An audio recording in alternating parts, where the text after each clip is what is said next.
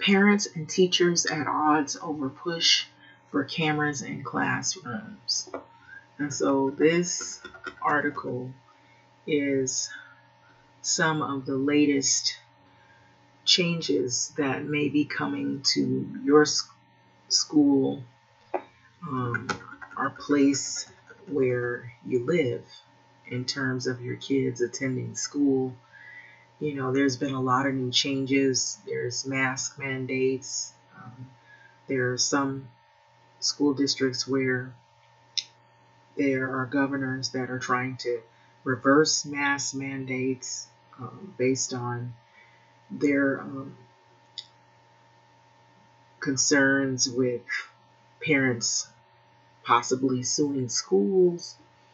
There's a lot of different things going on. There's the safety protocols that are also a huge concern because of the numbers of people that are now getting sick with the virus. And so this is by Barnini Chakraborty.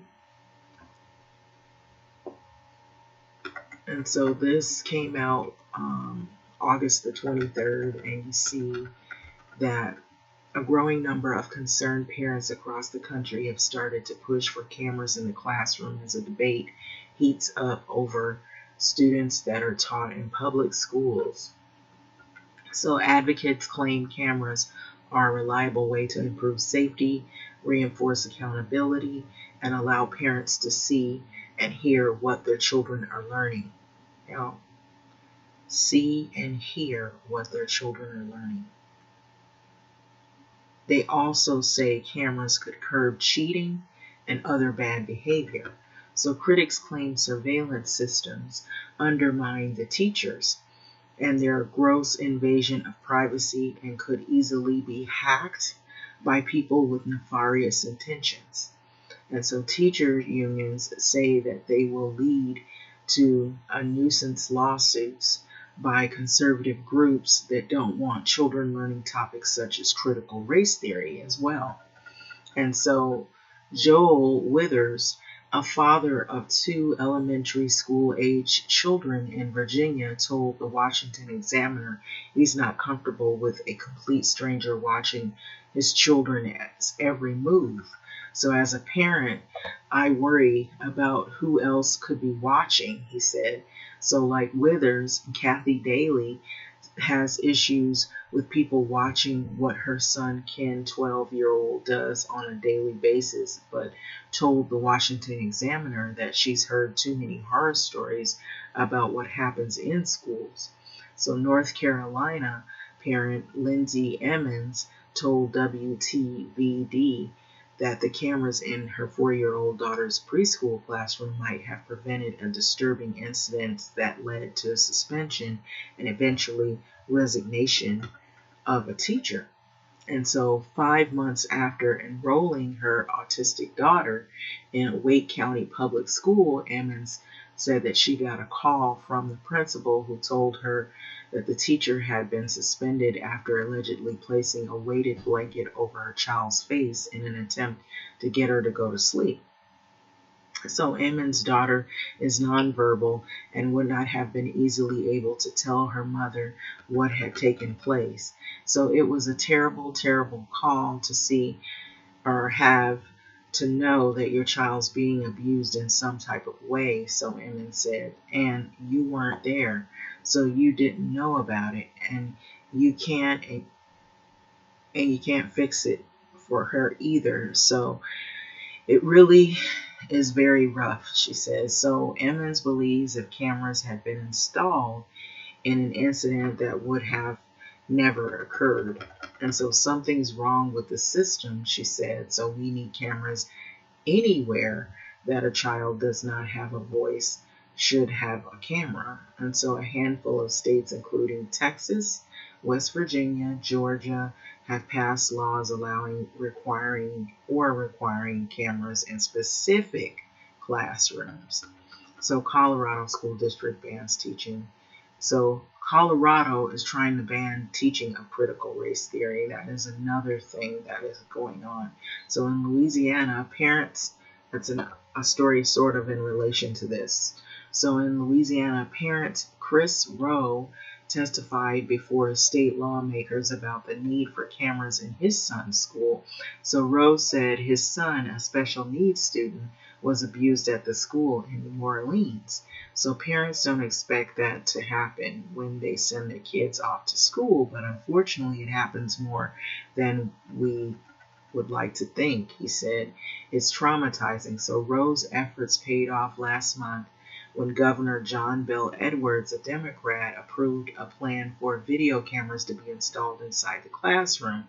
So any parent of a special needs child, which I believe those classrooms probably do need cameras, and that's my opinion. But I believe too, some of this works in another way, which is nefarious, where in classrooms where there aren't really kids that have those special needs, those parents that are against critical race theory, they might use that as excuse that they're worried about their kids being abused, or they're worried about their kids learning, or what they're learning. If they're learning, they just want to check up, but what they're really doing is monitoring the teacher and what the lessons are and what the teacher is doing. They're not really so much concerned about the kids not learning. It's what they're learning, and they're more concerned about CRT. And so that's looks like it's coming from most of these places where that's the biggest concern. Um, and they're trying to ban, and like Colorado's trying to ban that whole thing so that the kids don't learn basically anything about critical race theory. And so it's also in math. I've read up on that, of course. They're trying to do math in a different way, and they're also trying to do away with gifted classrooms. So that's a whole nother ball game too in and of itself, where they don't want just one specific classroom that's saying gifted. They want to integrate kids that are maybe advanced with kids that aren't as advanced in certain topics, so that maybe that kids that aren't advanced, they could go at their own pace. Most of the kids can go at their own pace. You might have some that are a little bit more advanced in the math, and then others that may not be, but they're not. It's not uncommon that they can't be able to catch up or learn. And so you'd have to read about how they're trying to change the classroom so that everybody can be more inclusive in the math lessons. And then they're trying to change the math lessons so that they're not just about algebra and geometry, but they're about, like, I believe what I was reading, it had to do more with climate change, and it had to do with sea life and how to preserve sea life and how it ties into climate change, and mathematically how they could use that as a real life scenario so that kids can work together as a team so that they all could be included in trying to figure out how to. And that's just one way, one particular lesson that I'm talking about. I'm not saying that's the whole thing, but they're saying that they could use that as one example where everybody could be included in trying to work out how they would preserve the sea life and be able to also help mathematically. How would you figure out how to continue the longevity of sea life and their offspring, and also figure in the climate change issues, how to reverse some of those effects, and I believe how to implement that in mathematical terms. And so that's what they were trying to look at, and that's in some schools. I don't believe maybe it's in all schools, but some schools were trying to use that as this. That's one example of a lesson, but then they had other lessons. But I sound like they were trying to create math where there are real type situations that they can incorporate mathematically in lessons so that kids can actually understand where it's coming from, and not have something that's just bland, and it's math concepts, but they don't know how to apply it to real life.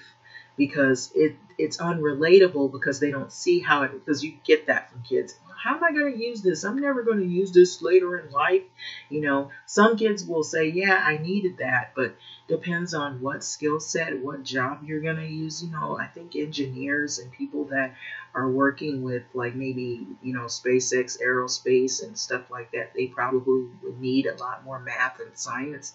But kids that are later in life, if they're not really working in those industries, they're working in industries where they just needed basic math. And if they could have had just like real life scenarios where the math is implemented, where they understand, okay, I get this, I know that this is what I needed for a real life scenario situation, and I have to figure out, like, statistics. I believe they wanted to put more into the math, because that actually has to do with real life situations. Some people hate statistics, but now that we've got all these things going on, like coronavirus and the climate change and all these other things, they were going to also incorporate more statistics, because a lot of people don't take statistics until well, I believe they might have changed it since I was going to school, but some people don't get statistics. There are some people that never got it until they went to college, because it wasn't a requirement.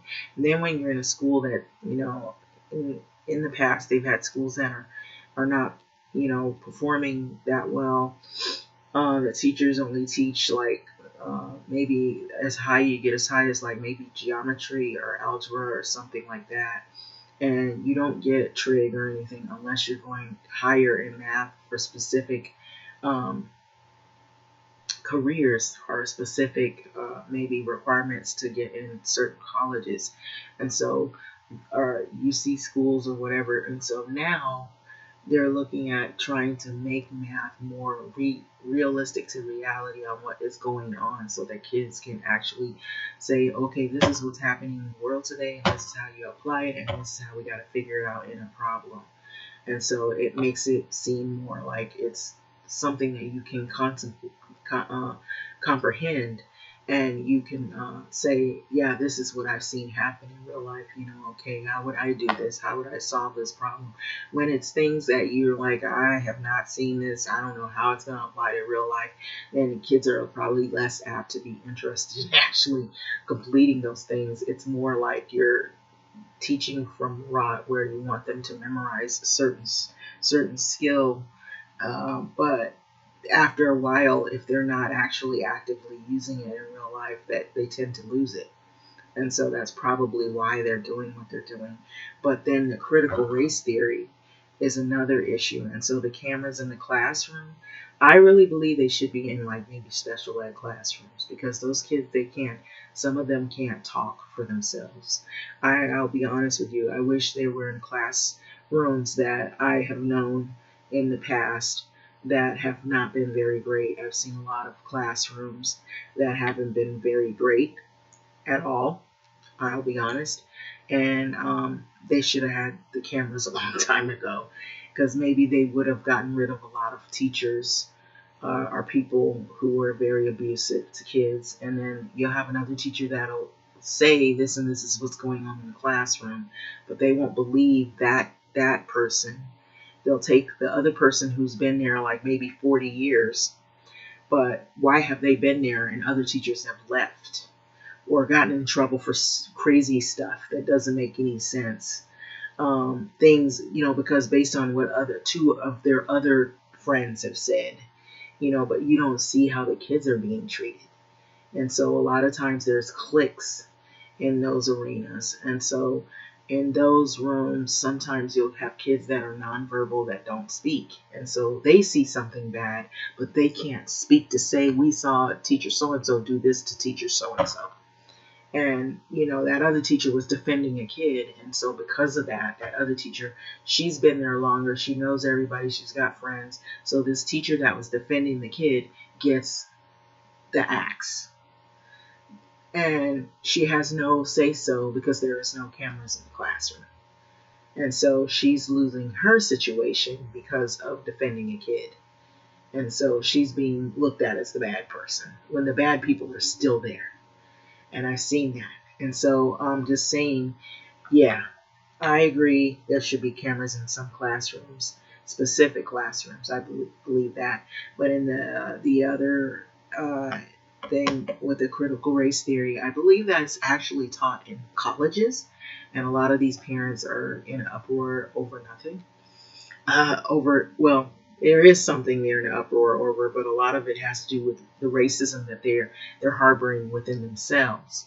And so they don't want their kids learning about something that makes them feel guilty, more guilty, that they have to now explain, yeah, this is why this group is having issues with this and this and this and this, especially if they're living a lot better.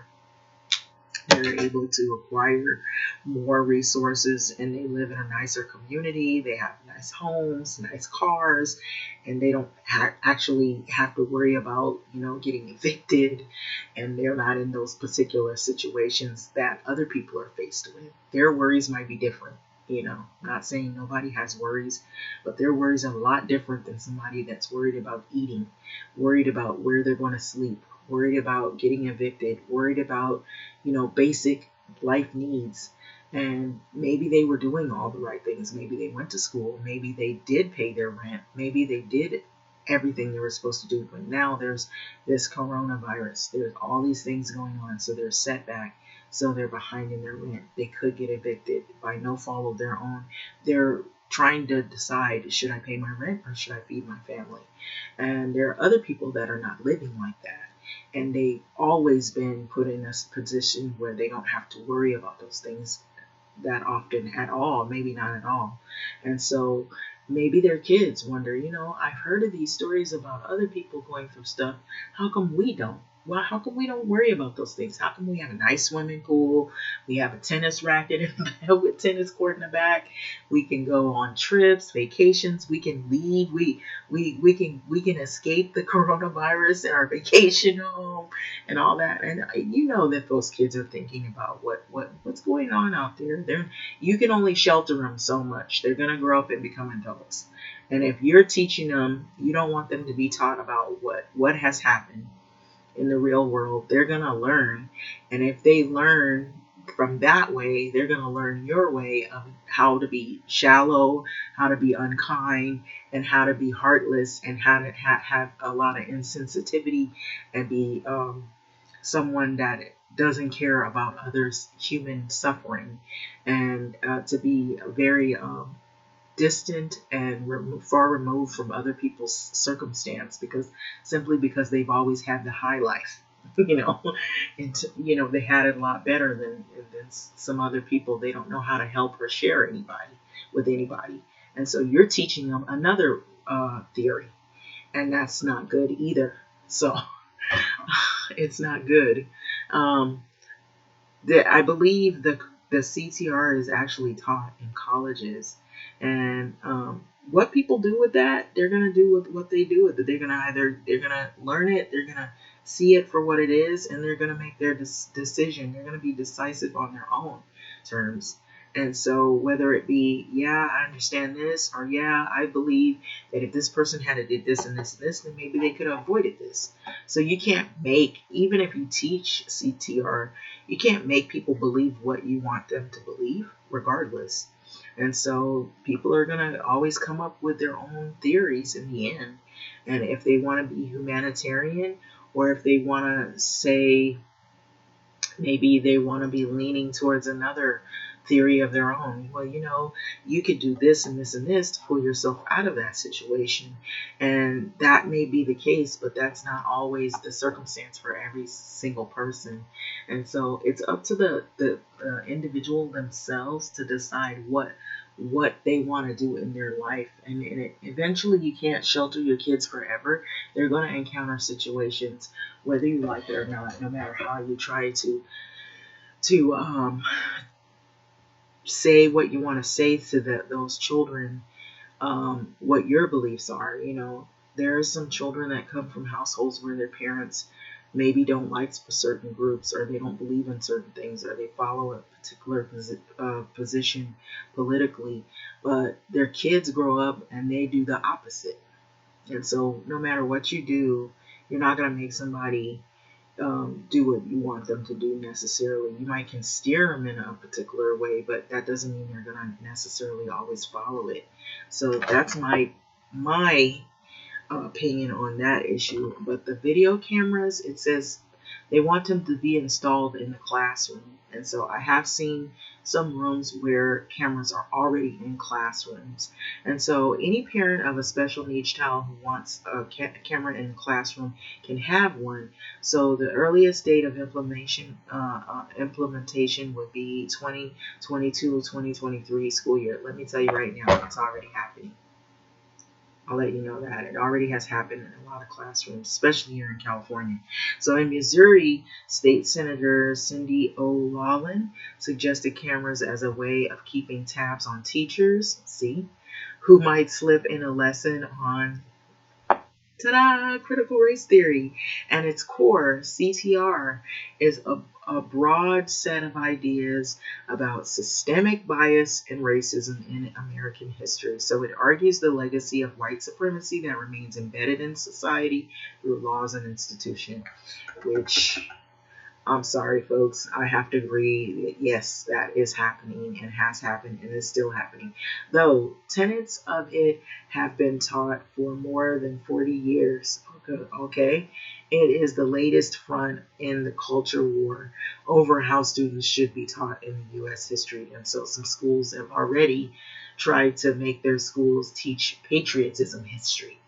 And we know that has happened in some states where governors have tried to revamp all of the lessons and take out lessons in, I believe, Dakota. They had did that. Governor Christie, she had took out several lessons having to do with the indigenous people. And so I'm sure people that don't really hold kindly to indigenous people and who have racial attitudes towards them probably thought that was a good thing, but it isn't when you're in the place where they actually were from and still are from, and actually that was their land and it was stolen from them. I'm sorry, that is the truth. And so it's unfair. That's my position on it. And I feel like it's guilt, and people don't want that in the lessons, the truth, and the kids are going to grow up knowing that something isn't right and it's unfair. And so even if they don't get it in elementary school, I know that it was taught in colleges. It's going to be there. They're going to read about it. They're going to see about it. There's going to be protests. Even after we're all gone, there's going to still be people that are talking about these things. And so you can't escape it. And so it is going to come out whether you like those issues or not, because people are actually going through some things that are a result of generations of poverty and generations of injustices that have been done to people, crimes that have been done to people. That is why I was saying reparations was an issue. The people that are Jewish Holocaust survivors, you have some that have received reparations. They did receive monetary reparations. There are people that were held in, and when I say Asian, it could be any Asian group, but in specific, I believe the Japanese, there was reparations. It was a smaller group, but there was monetary reparations, and I believe 20,000 was for people who were direct descendants, or either they were survivors of internment camps. Then there also were people who are Indians that received a form of reparations. And so there's stories, there are things, literature that you can read about that. Some people don't read, and so they're quick to belittle and be mean and get angry and say, oh, you're racist, for talking about racism. and talking about the historical things that have been laws and things that have been put forth to make redress to people who have been traumatized, or they've been tortured, or crimes that were foisted upon them. They had been given reparations. Just talking about that, somebody will yell out on social media, "You're a racist," for basically talking about history of what has actually took place. And so those are people that don't read. Those are people that don't care. And those are probably some of them, not all of them are young, but some of them are mean and they're angry and they're hateful and they don't want change, or they believe in certain beliefs that don't make sense. And they basically don't like hearing when it's a female that has read more information or has studied more and has more education than they do. And it's usually some hothead that's on there on social media that doesn't want anybody to have any peace, and all they want to do is create problems. And so that seems to be what has been going on. That's the reason why things are the way they are. And so it's a lot of misinformation out there. And some people are caught up in celebrities and what celebrities believe. And so if a celebrity says, "Oh, I'm not going to take the shot," then you've got hundreds of people that like listening to the rap music, so they won't take the shot. And so I've seen this in other communities, black communities, where somebody will listen to a so-called religious leader, which there's a history behind all of that. And because that religious leader is behind hating gays and says they won't take the shot, then you have a group of black people that will decide, well, he said, Creflo Dollar said don't take the shot, so we won't take the shot. And then you have a bunch of people with diabetes, heart disease, and they have all these other issues and they're sick, and then they get more sick and coughing up a storm, and they're wondering why. And they're going to gatherings and doing everything they normally do as if there's no pandemic. And so this is why we got all this misinformation going. And it's the same with this CRT. It's like people are losing their minds over basic real life events that have really happened, and people just want kids to have a full background of real life events that are going on so that they're prepared for the new world that we're seeing around us. We've got the coronavirus, we've got all these protests. Kids are asking questions. Okay, why are these people upset? What's this going? What's that? Why would you not want your kids to be well equipped, well adjusted individuals and human beings so that they can go out there and be able to think for themselves? But you have these people that want to keep control over everything in the worst way possible. And so this right here, it also is saying that this theory has been taught for more than 40 years. It's the latest front of the culture war right now that we're seeing. So in 2021, 26 states introduced or either passed bills to restrict how racial issues are taught. And so some parents and lawmakers like O'Laughlin, who are against teaching CRT, have floated the idea of monitoring teachers. So this is where the cameras could backfire in certain circumstances. So maybe we need cameras in the classroom recording what is happening, she said, so teachers won't like that. And I'm not just saying teachers who, but might be trying to deceive people. Listen to this talk. Trying to deceive people, but they are not going to want to feel like they're being watched. Okay, so teachers and the teachers' unions are largely opposed to being monitored so closely at work. So Glenn Sachs, who teaches social studies at a James Monroe High School and represents the UTLA, which is the United Teachers of Los Angeles, argues cameras would do more harm than good. So cameras in every classroom will not only make it more difficult for teachers to create an enjoyable and relaxable atmosphere, but it will also undo efforts to get the students to fully participate in lessons. Because also, how do you feel that the kids will feel? They're being watched. You're watching the kids' behavior as well, so think about that. So there's another curveball.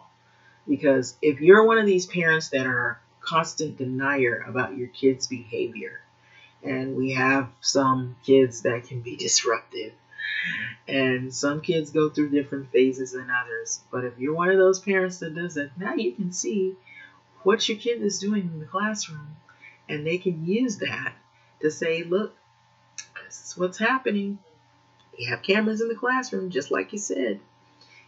So some of those parents, I'm sure, that are against CRT might see some things that they might not want to see, and it may not be CRT. I'm just saying.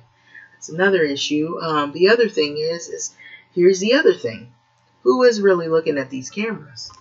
What are they looking at? Are they looking at the teacher, or are they looking at the kids? And so it says the cameras can be hacked. There's many different views of these things. So you've got some people who can take these clips and maybe who knows what they're looking at. And so those are some big questions. So cameras in every classroom will not only make it more difficult for the teachers to create a nice atmosphere, but it undoes the efforts of the children participating in lessons, because those kids know they're being watched now. And what do your kids do when you as a parent wants to watch the kids? How do they complain?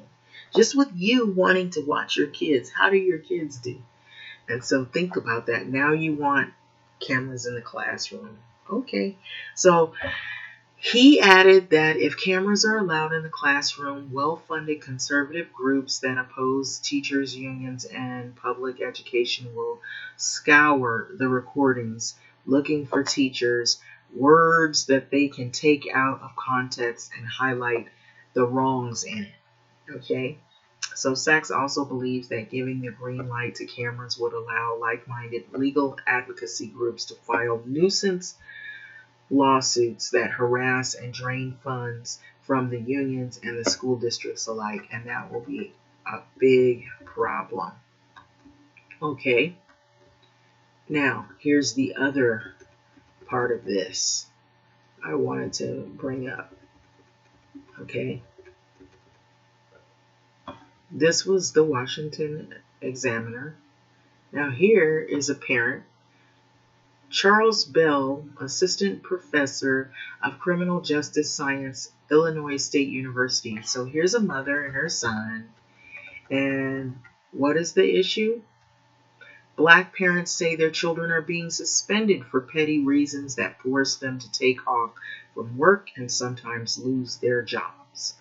And so when Mike, the father of a 9th grade student, got a call from his daughter's school, the first thing he was asked, how important is this? So they said, well, it's important. So Mike told me in an interview for my research. And so when Mike went to his daughter's school to see what was the problem, the school officials told him that his daughter was being suspended for giving a boy a hug. Let me read that again.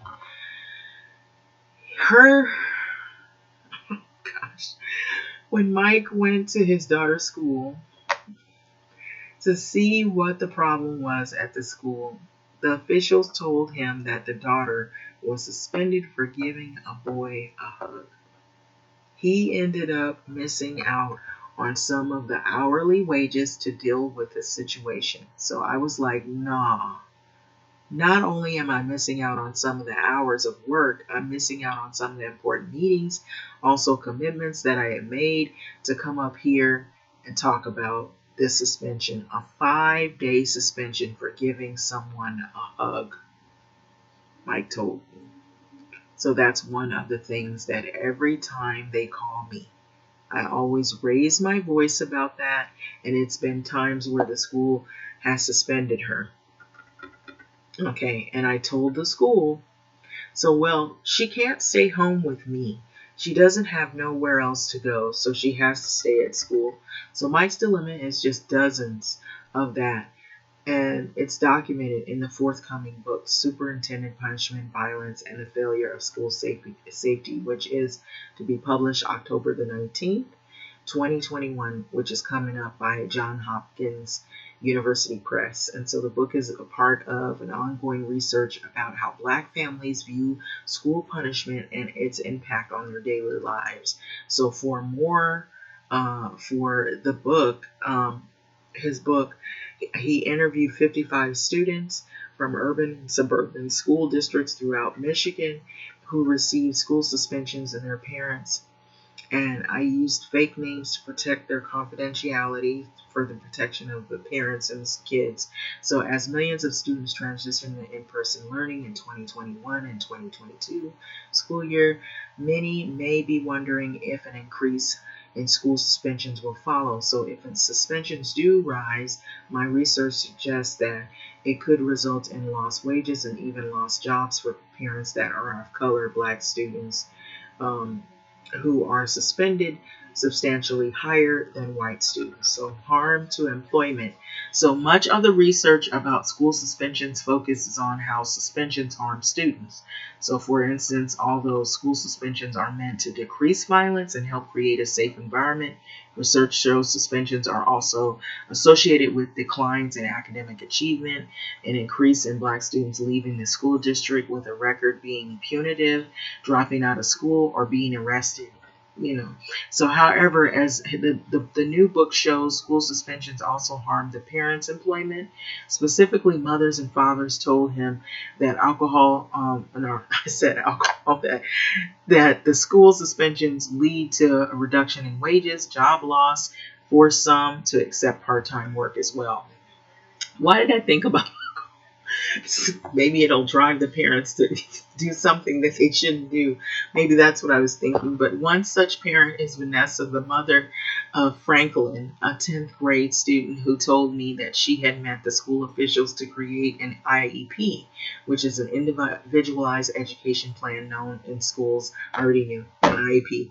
And so for her son, because his attention deficit hyperactivity, and they always do this, usually black kids, it's always ADHD diagnosis. Whenever they get out of line, oh, she's got ADHD.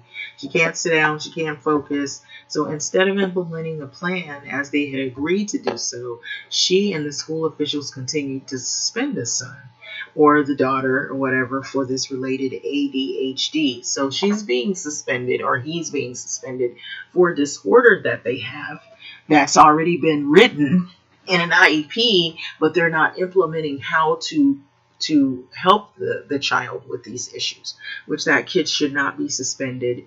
They should be in, if they're not put in a classroom, they should be pulled out, and they should have their assistants, which by law, they're supposed to have a therapy, and they're supposed to have, like, if it isn't therapy, they're supposed to have a specific teacher that works with students, or a one-on-one that works with students that have specific disorders, be it ADHD, MM, or ED. Certain classrooms, depending on the disorder of what it is, they would be put in a particular situation where the classroom, if it's a contained classroom or a classroom with kids that have similar like disorders. And some parents might, depending on the kid's circumstance, they may not want them in a classroom like that, in a contained classroom, because, for not only just the kids' well-being of how their self-esteem, they may want them in something that's more inclusive, and then they pull them out and they receive services for their issues. But I believe the ADHD children get like one-on-one services. They're supposed to in certain districts. So during our interview, getting back to this article, it says Vanessa shared one instance in which her son's suspension had cost the job. And so that's an extra added stress. So as working at a place of employment as a social worker before this job, and at the time she was making $37 an hour, Vanessa told her that her husband was going through a little difficulty, and they were separated at the time, and the school was calling her because Franklin was having a rough time, and so he was going to get suspended. And so it depends on what the suspension usually is. So I said, well, I have to leave, and when you're a social worker at a job, you can't keep calling in to say that you have to leave work. So certain jobs won't let you use your phone. Certain jobs won't let you call out and be gone a lot. And so that was probably putting a strain, a lot of stress on her or the parent. So reforms inadequate. Okay, so I also learned that the legislative reforms policymakers have passed in recent years to reduce school suspension rates that may not be working in some districts. So for instance, several parents told me that school officials did not use alternatives to suspension. So they're supposed to do that in years after the reforms were enacted. And I believe those reforms came in during the time that Obama was in office, if I'm not mistaken. I remember seeing some articles way back when he was in office where they were trying to enact that, because it was said that mostly you had African American students that were suspended at higher rates than white students for sometimes the same issues. And the white students were suspended. They were given alternatives as to the black students weren't. They were suspended. So one such parent is Dana, whose son Philippe, a ninth grade student, got a 2-day suspension for fighting. Okay, after school. This was after a school official saw him wrestling with a friend in the gym. Okay, so they were wrestling, but it was written down as if they were fighting. Okay, there you go. So Dana says the boys were playing. So in our interview, Dana expressed considerable doubt that regarding the reforms. Dana told me that she wished that she would have been aware of the school's officials that were supposed to try alternatives to the suspension first. Because, when they keep putting all of those suspension on the kid's record, it stays with them. It stays with them. And so it follows them too to the next school, and they look at that. And so it's like, it's in the real world how people, if they get in trouble with the law and then that stays on your record and it takes forever to work that off, or you can't never get rid of it, and it affects where you go. If you try to get a job, you try to get an apartment, if you try to get anything, it affects where you go, and your employer's looking at, oh, you got a felony, or you got a misdemeanor, or you got this, and you got to explain your life away. Well, it starts in the schools. So if you get a lot of suspensions, you get in trouble at school a lot, that goes on your school record, school history, and then it follows you to the next school and to the next school. And so I feel like that's the start of the prison to pipeline thing. But that's my feeling. In recent years, legislators in several states, such as Massachusetts, it says in 2012, Illinois, 2015 in Michigan, and 2016 have passed school punishment reform laws that were intended to reduce suspension rates. Okay, so in Michigan, the reform guidelines require school officials to consider a student's age, their disability, disciplinary history, and the severity of the offense as well before issuing those punishments. And so the reform guidelines also encourage school officials to use restorative justice practices such as peer mediation, conflict resolution strategies instead of suspensions.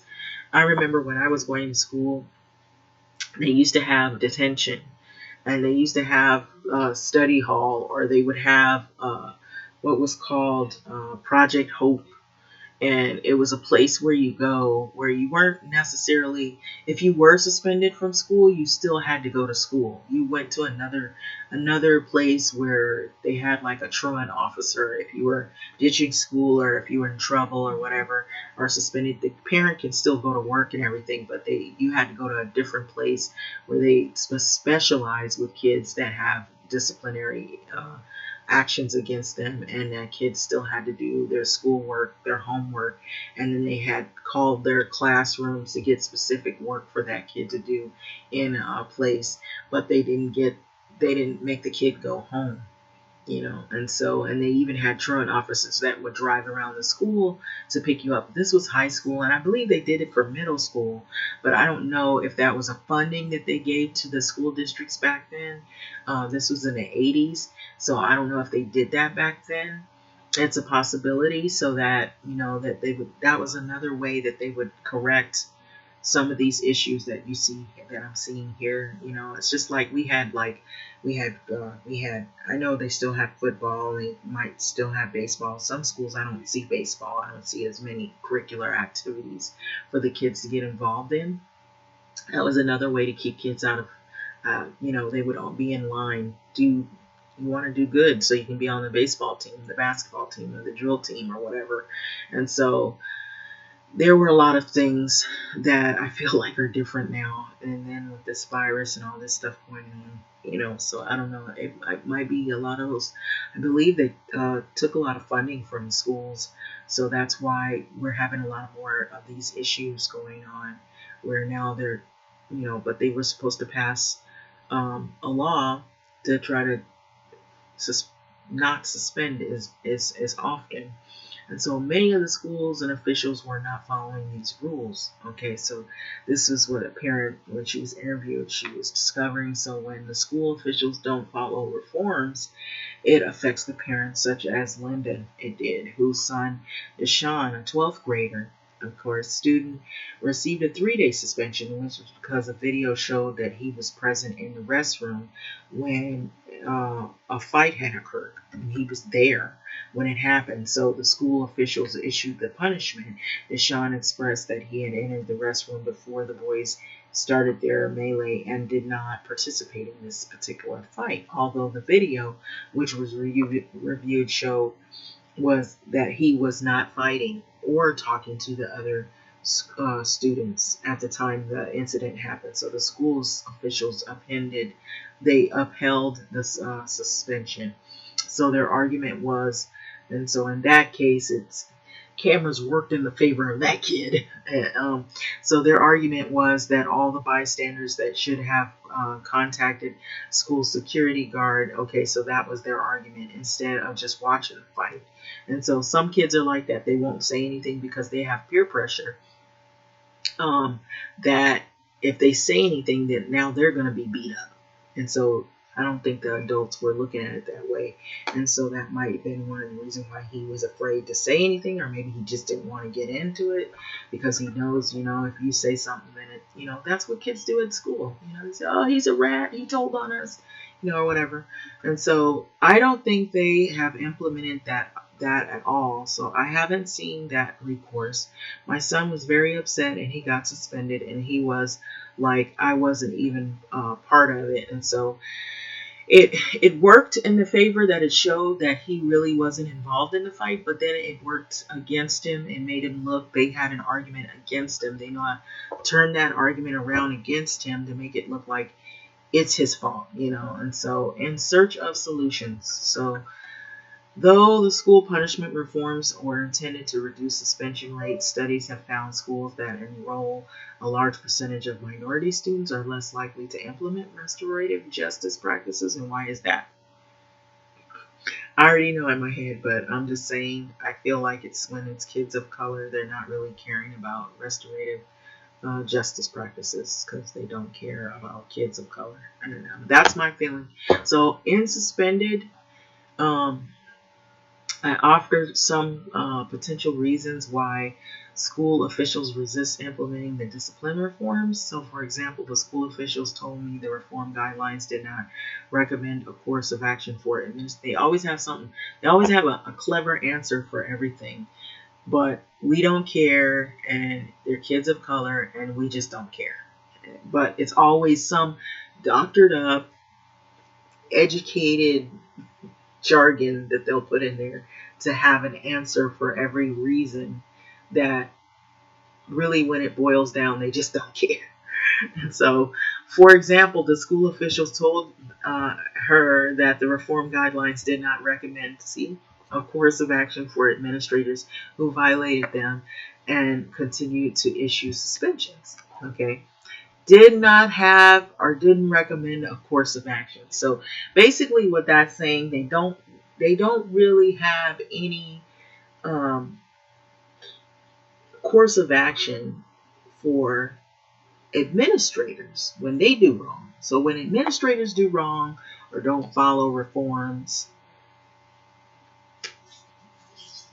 on whether they should, if they violated these reforms by suspending kids rather than doing the restorative justice.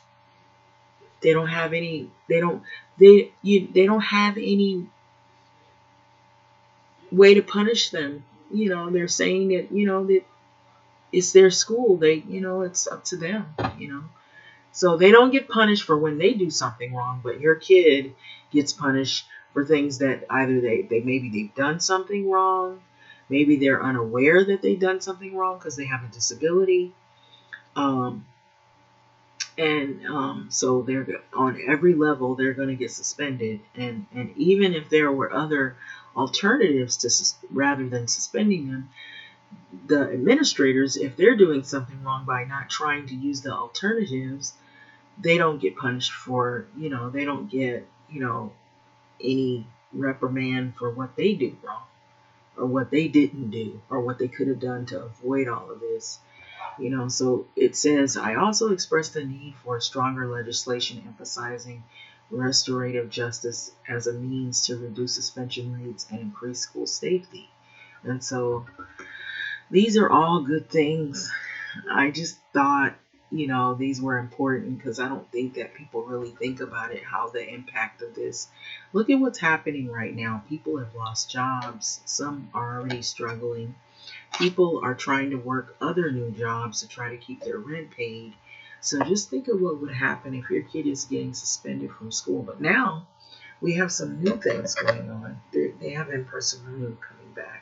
I think it's come back where some kids are in schools, but some of these parents are probably going to be wanting to do homeschooling or hire somebody to work with their kids, or they're going to put their kids in alternative learning, or they're going to, some of them you might even have some kids that won't attend school. They'll be more pushed to drop out because of getting so many suspensions that are uncalled for. And so the lack of morale of wanting to go to these schools because they feel the schools are not as supportive of them will probably cause a lot of kids to want to drop out of school altogether. And when you have instructors that have best interest in your kids learning, and then you have these developments, cameras in the classroom, okay? So how is this going to work? Which classrooms are they talking about? This sounds like not in urban schools necessarily. It sounds like these are in rural areas or areas that are of the South, like Texas, West Virginia, Georgia, Colorado. They don't want CRT, and then Louisiana, and you have all these things going on. It's like school is not what it used to be at all. And so now what else are we looking at? Kids getting shots. The Pfizer vaccine was mandated. Or it's going to be mandated in a lot of jobs and workplaces. And guess where? Teachers are mandated to have to get the shot. Certain community workers, and you have people that are pushing back on those issues. And then you have this disease. It seems like it has gotten worse and more kids are going in the hospital on top of all of this. Where do you see education going in the next few years? That is the question. I don't think people thought about, how it's affecting the kids with all of these issues, really serious issues. Here you have kids getting suspended. I think this is going to happen a lot more. Kids getting suspended. People not wanting, teachers are already underpaid, overworked. We have a shortage of teachers in mostly all of the schools. And, there are problems within the school systems with, administrative issues. And so now you have this. There's so many things. School is not what it used to be, like how it used to be. You could go to school. There were extra activities. There were parents that were involved. Even the schools that didn't have as much money, they tried to get funding and put it into the schools so that they can invest in the kids' futures. And so now we have all of this. It is not what it used to be at all. It has changed altogether. and it doesn't look like it's for the good at all, for the worst. And so what happens to the parents? What happens to the kids if you don't have people invested in the kids' education and they don't have the best interest in the children at all? You know, what happens to all of that? Cameras in the classroom? What do you think? Monitoring the kids, monitoring the teachers,